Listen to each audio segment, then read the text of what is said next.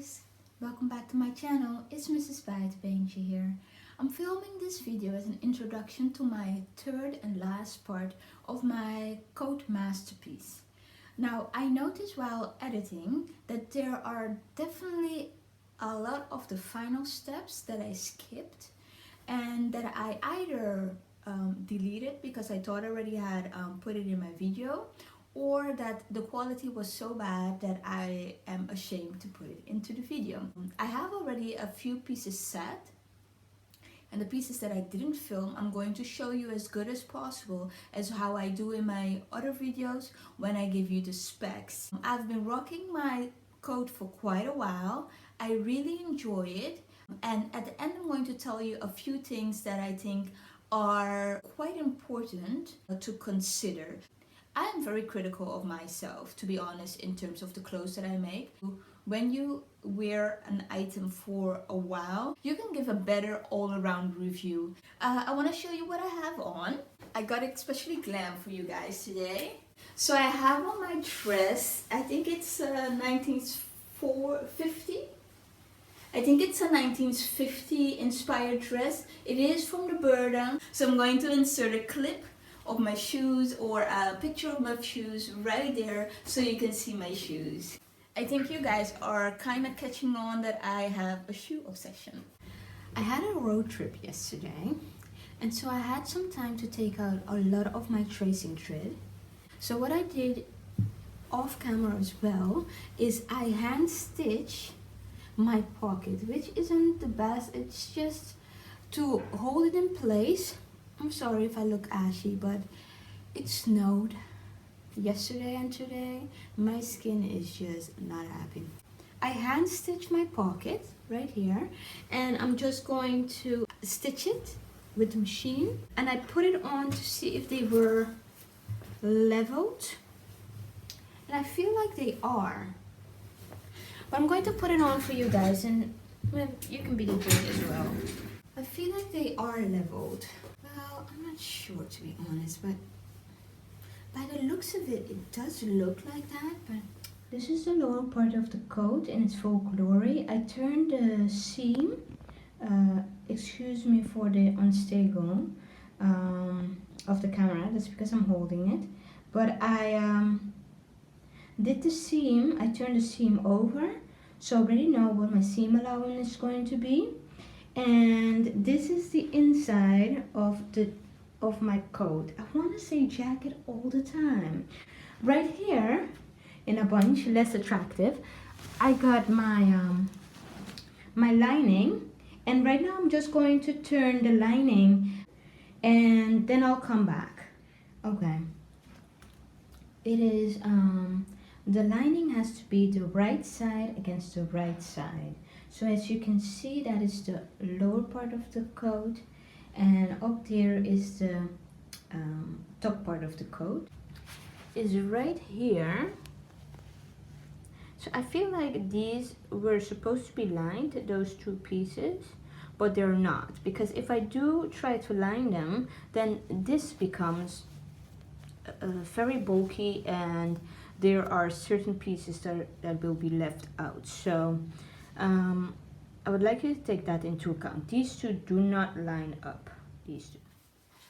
One of the steps that I skipped when I eventually attached the lining, to finish it off, I just hand stitch the lining to the original fabric. That's what I did all around. The same as this part.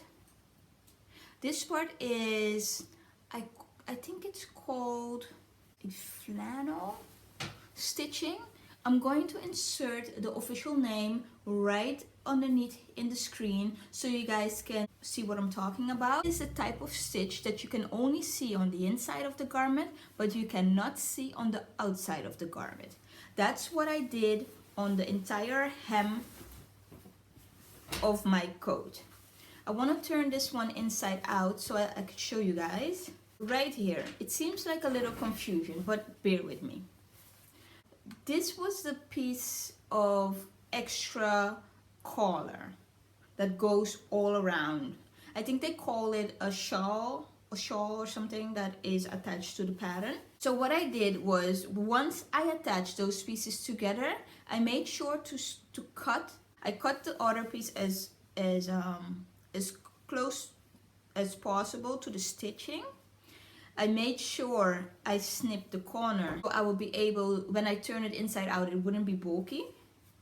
Once you do that, you just turn it inside out, as you can see here, and it falls nicely into place. As you can see, the lining is loose. The reason why that is because in my previous coat that I made, my teacher told me that if you attach those with handmade garment, it is when you attach those two pieces together, it kind of pulls when you go in and out of the car. So I just took it as truth, and I didn't align them, I didn't sew them together as I did with the sleeve.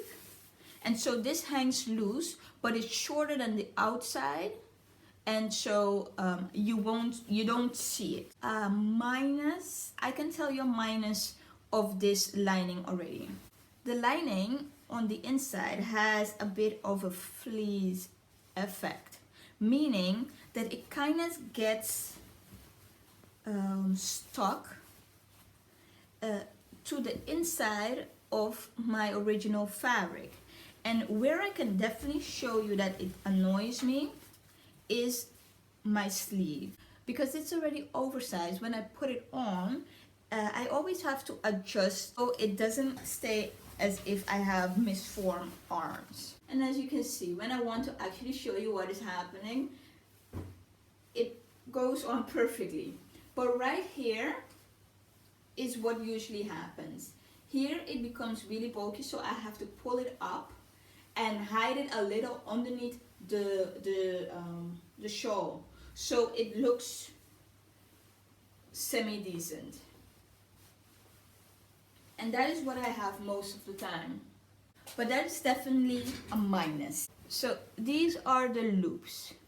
I must say that I didn't, the Burda doesn't really explain how to make a really nice loop. But I do feel like these loops, they don't have a professional finish. But I'll show you the inside, because you know there's no shame in my game. This is the inside. So I must say that next time I'll definitely do this better. And I did them about 6 centimeters from the pocket, but I only measured the lower part. When I attached both sides, I did need to take out the upper part again and put it back because they weren't leveled. Note that you have to do the loop. You gotta attach the loop first and the pockets first. So you gotta do that before you put in the lining. And that brings me to my belt. My seam is on the lower part of the belt. I sewed one side first, and then I sewed the longest part, and then I turned it inside out. I cut the excess fabric so it would be less bulky, and then one side was looking really fancy and the next side was looking a little awkward. And so what I decided to just do a zigzag stitch on both so they would look identical. I wanted to tell you something about the fabric. I think it's a wool blend. I'm going to show you something that really disappointed me. That is this right here. So I got a rip in my fabric after I made it while wearing it. It got a rip in it, so I had to do a stitch, but because it's underneath the collar, it isn't as noticeable.